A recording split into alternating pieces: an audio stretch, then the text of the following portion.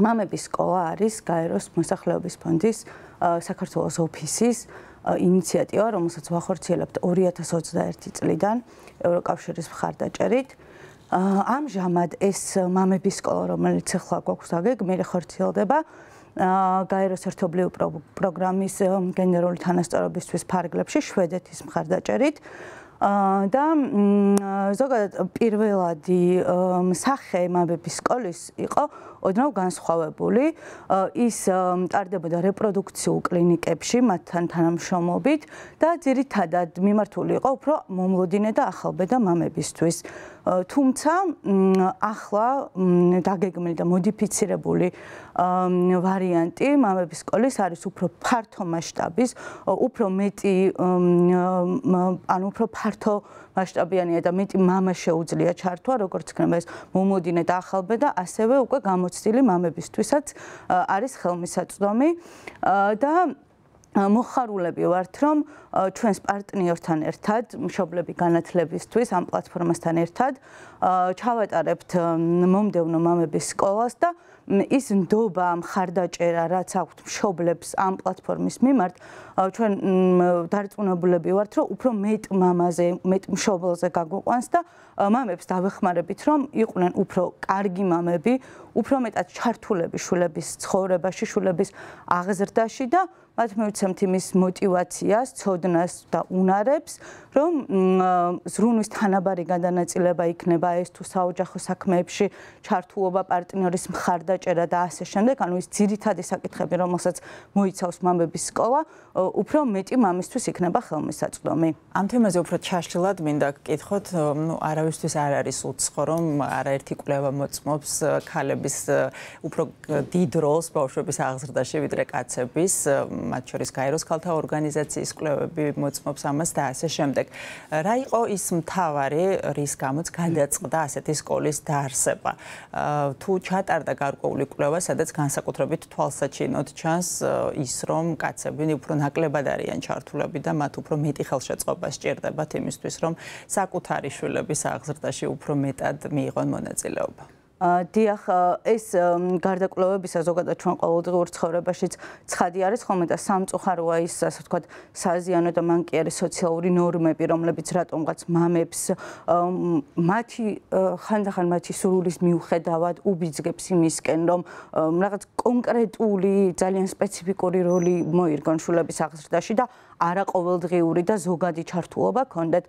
თუმცა კონკრეტულ კვლევასაც შევეხები, მაგალითად 2024 წლის გაეროს მოსახლეობის ფონდის კვლევა კაცები, ქალები და გენდერული ურთიერთობები საქართველოში, იქ ამოვიდა ესეთი საინტერესო და ერთგვარად ურთიერთსაწინააღმდეგო მონაცემი, რაც ნიშნავდა, რომ მაგალითად გამოკითხული კაცების 73% მიიჩნევდა, რომ ბავშვის ყოველდღიური ბაზისური მოთხოვნილებების დაკმაყოფილება და საჭიროებების, როგორიცაა მაგალითად ბავშვის კვება, საფენის გამოცვლა, ბანაობა და ასე შემდეგ, არის მხოლოდ დედის მოვალეობა. თუმცა ამავდროულად იმავე გამოკითხული კაცების 81% მიიჩნევდა, რომ მამობა მათთვის უმთავრესი და უმნიშვნელოვანესი როლია ცხოვრებაში. ანუ აი ამ თუნდაც მხოლოდ ამ ორი მონაცემის ანალიზი გვაჩვენებს იმას, რომ მამები აცნობიერებენ იმას, რომ მამობა ძალიან მნიშვნელოვანია და მათ უნდათ და აქვთ სურვილი იმის, რომ იყვნენ კარგი მამები, თუმცა რა არის კარგი მამობა და რას ნიშნავს იყო სრულფასოვანი მამა, აი ეს არის ის, რაც მათ ჭირდებათ, რომ უფრო მეტად გაიაზრონ და ზუსტად აი მამობის ტერმინის ცნების გადააზრება და ამ ფუნქციების ახსნა არის ზუსტად აი მსგავსი ინიციატივების მთავარი მიზანი და აი მამების სკოლის ჩვენს შესანიშნავ ფასილიტატორთან ერთად გიორგი ლიპარიშვილთან ერთად აი ზუსტად და ფსიქოლოგის ჩართულობით მათ შორის აი ამის გადააზრებას მოახდენენ, რომ ზრუნვის სრულფასოვანი და თანაბარი გადანაწილება ოჯახში, პარტნიორის მხარდაჭერა და ბავშვის აღზრდაში სრულფასოვანი ჩართვა არის მამობა, მათი ყოველდღიური საჭიროებების დაკმაყოფილება და არა რაღაცა მხოლოდ კონკრეტული როლის მორგება, მაგალითად სპორტზე ტარება ბავშვის. ძალიან დიდი მადლობა მეგისთან გადავალთ შეკითხვით. მეგი სანამ უშუალოდ სესიებზე გკითხავთ, მაინტერესებს თქვენი გამოცდილებით, აი თქვენ ძალიან აქტიური კომუნიკაცია გაქვთ ხო თქვენი საქმიანობიდან გამომდინარე მშობლებთან წლების განმავლობაში. ამ მშობლებში დედები უფრო ხშირად გვხვდებათ ხოლმე შეხვედრებზე და რიგ ღონისძიებებში თუ მამები? მიუხედავად იმისა, რომ ამას ქვია მშობელთა ორგანიზაცია, მშობლები განათლებისთვის და დამფუძნებლებს შორისაც არიან მამაკაცები ცხადია, ჩვენთან რატომღაც უფრო მეტად დედები მოდიან ხოლმე.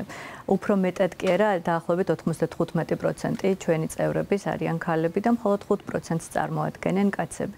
და ძალიან ხშირად მოიხსენიებენ ხოლმე დედების ორგანიზაციად, რაც მე გულწრფელად რო გითხრათ, ძალიან წყინს, იმიტომ რომ მშობელი მარტო დედა არ არის და ყოველთვის მინდოდა და ჩემს თანაგუნდელებსაც უნდოდათ, რომ გაგვეკეთებინა რაიმე ისეთი, რაც მამებისთვისაც სასურველ გარემოს შექმნიდა ჩვენს წიაღში, ასე ვთქვათ, ორგანიზაციის წიაღში და ძალიან გამიხარდა, როდესაც გაეროს მოსახლეობის ფონდმა წამოიწყო ეს ინიციატივა და ცხადია, გულმხრვალედ ვიქნებით მათი მხარდამჭერები, რომ მივაწვდინოთ ხმა ადამიანებს და გაუზიაროთ ინფორმაცია ამ სესიების შესახებ. ზოგადად რამდენად პრობლემურია მამების ჩართულობა? თქვენ შემთხვევაში მოდით მოსწავლეებს ესე ვახსენებ, მოსწავლეების ცხოვრებაში, სასკოლო ცხოვრებაში ამ მიმართულებით ვისაუბროთ ამ შემთხვევაში. თუ შევადარებთ იმ დროს, როდესაც ჩვენ ვიყავით სკოლაში, ბევრად უფრო უკეთესი ვითარება გვაქვს, გაცილებით უფრო ბევრ მამას შეხვდებით სკოლის შენობაში, იქნება ეს მშობელთა კრებაზე თუ სახლში მეცადინეობის პროცესში შვილების დახმარება, თუმცა ტენდენცია რომ დადებითია, ეს არ ნიშნავს იმას, რომ დღეს უკვე ყველაფერი კარგად არის. ცხადია, გამოწვევა არსებობს, ნებისმიერ მასწავლებელი დაგიდასტურებთ, რომ მამების ჩართულობა არის უსერიოზულესი პრობლემა არა და დარწმუნებული ვარ კაცებმა რომ იცოდნენ თავიანთი ჩართულობით რამხელა სიხარულის და რამხელა ძალის მიცემა შეუძლიათ თავიანთი შვილებისთვის გაცილებით უფრო აქტიურად იქნებოდნენ აქტიური მონაწილეები ბავშვების სასკოლო ცხოვრების და არა მხოლოდ სასკოლო ცხოვრების ზოგადად აღზრდის პროცესისეც. უქონიათ მათთან ამ თემაზე საუბარი ან დედებთან თუ ქონიათ საუბარი რომ აი რა ვთქვათ რატომ არ ესწრებიან მამები ესეთ შეხვედრებს ან რატომ არ არიან ჩართულები რას უკავშირებთ ამას? მოდით ვთქვათ რომ ასეთი შეხვედრების დეფიციტი გვაქვს დღეს ჩვენ, როდესაც ცხადდება ხოლმე მამების სკოლაში რეგისტრაცია, ეს რამდენჯერმე უკვე მოხდა და აი ახლაც არის 16-30 ნოემბრის პერიოდში დაგეგმილი ადგილები ივსება. ანუ ვერ ვიტყვით რომ მამები არ მოდიან. მამები მოდიან, უბრალოდ მეტი შეთავაზება არის ალბათ საჭირო, სკოლებმაც თავიანთი როლი უნდა შეასრულონ, იმიტომ რომ მიუხედავად იმისა, რომ ესეთი ძლიერი ორგანიზაცია ყავს ჩვენ გვერდით გაეროს მოსახლეობის ფონდის სახით, ვერც ერთი ორგანიზაცია ამას ვერ გააკეთებს. ამიტომ არის მნიშვნელოვანი ბევრი სხვადასხვა სამთავრობო თუ არასამთავრობო სექტორის გაერთიანება ამ თემის გარშემო, რომ დედებიც ცხადია ზოგჯერ შეიძლება არის შემთხვევები, როდესაც ქალებიც ვუშლით ხელს რაღაცნაირად. ჩვენს თავზე ზედმეტის აღებით ზუსტად ამის თქმა მინდოდა, თუმცა ეს ხშირად არ არის ხოლმე ჩვენი არჩევანი. ეს შეიძლება იყოს საზოგადოებისგან თავსმოხვეული ნორმა, რასთან წინააღმდეგობის გაწევაც დამერწმუნეთ ადვილი არ არის და მხოლოდ ერთეულებს გამოსდით ჩვენი რეალობის შემთხვევაში. თუმცა მგონია რომ რადგან დადებითი ტენდენცია შეინიშნება, მინიმუმ ამის შენარჩუნება შეგვიძლია და ასევე გაღრმავებაც ცხადია და ზუსტად ამ მიზანს ემსახურება ისიც რომ კიდევ ერთხელ გვაქვს ახალი ნაკადის მიღება გაეროს მოსახლეობის ფონდს მამების სკოლაში. რა მიხარია, იცით, როდესაც მშობლებს ვუზიარებდი ამ ინფორმაციას, ვუთხარი რომ ორი სესია ონლაინ იქნება, თქო ნატა მეფარიშვილი ატარებს ამ სესიებს, ეს არის ბავშვის განვითარებას ეხება და კაცებისთვის სტარტება მართალია, მაგრამ რადგან ონლაინ ანუ Zoom შეხვედრა, ქალებსაც შეგვიძლია რომ შევიჭყიდოთ თქო და ესეც რაღაცა პატარა დახმარება იქნება ალბათ დედებისთვისაც, რომ ცალიყური მაინც ვადევნოთ რა ხდება Zoom შეხვედრაზე და რას ასწავლის ფსიქოლოგი, რას უზიარებს, რა ცოდნას უზიარებს ჩვენს მეუღლეებს. ეს მინდა გკითხოთ, რა ისწავლიან, მოდით ასე ვთქვათ, მამები ამ სესიებიდან და ვინ იქნებიან ის ადამიანები, ვინც გაუზიარებს მათ თავიანთ ცოდნას და ზოგადად იმას თუ როგორ უნდა იყვნენ კარგი მამები, ასე ვთქვათ. დავიწყებ იმით, რომ მგონია, რომ ძალიან მნიშვნელოვანია, რომ ეს არის სესიები კაცებისთვის, ამ სესიებზე კაცები განსხვავებით სხვა სესიებისგან არ იქნებიან უმცირესობაში და ეს სესიები იქნება მორგებული მთლიანად მათ ინტერესებს. ეს არ იქნება უბრალოდ ლექციები, სადაც შენ მიხვალ და ვინმე რამეს გასწავლის. ეს არის თანამოაზრეების წრე და დაგეგმილი არის ისე და ფასილიტატორი არის მამების სკოლის უცვლელი ფასილიტატორია მგონი გიორგი ლიპარიშვილი, ნატა მეფარიშვილი, ფსიქოლოგი იქნება ჩართული. ასევე მამები გაივლიან პირველადი დახმარების ტრენინგებს, რაც ძალიან მნიშვნელოვანია, რომ საჭიროების შემთხვევაში ბავშვი წაიქცევა თუ იტკენს რაიმეს, იყოს ადამიანი, რომელიც პანიკის გარეშე შეძლებს, რომ დაეხმაროს ბავშვს და ეს სესიები, როგორც ვამბობდი, იქნება ისეთი წრე ადამიანების, აი დედებს რომ გვაქვს ხოლმე, როდესაც მივდივართ ჩვენ სესიებზე, ტრენინგებზე და იქიდან წასვლა აღარ გვინდა, იმიტომ რომ ძალიან საინტერესოა და დაწყება არის ხოლმე რთული, თორე დამთავრება,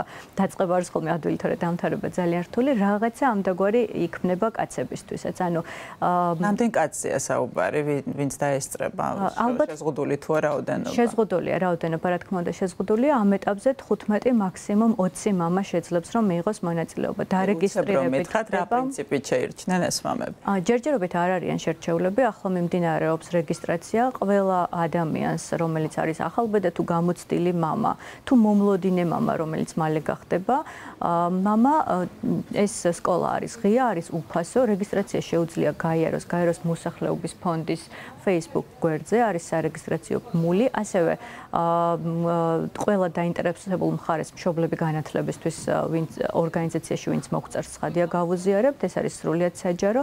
თუ იკითხავთ როგორ შეირჩევა ბევრი დარეგისტრირებულიდან 20 მაქსიმუმ 20 ადამიანი, გეტყვით რომ ალბათ მათი мотиваციის საფუძველზე რეგისტრაციის შემდეგ ისინი სატელეფონო გასაუბრებას გაივლიან, უბრალოდ ორგანიზატორები დაინტერესდებით იმით, რამდენად სურთ მათ, რა მოლოდინი აქვთ მათ და როდესაც ჩვენი მოლოდინები ერთმანეთს დაემთხვევა, ისინი შეძლებენ რომ მიიღონ მონაწილეობა სესიებში. როგორც გითხარით, 3 სესია იქნება პირისპირ თბილისში ჩატარდება, ხოლო 2 იქნება ონლაინ.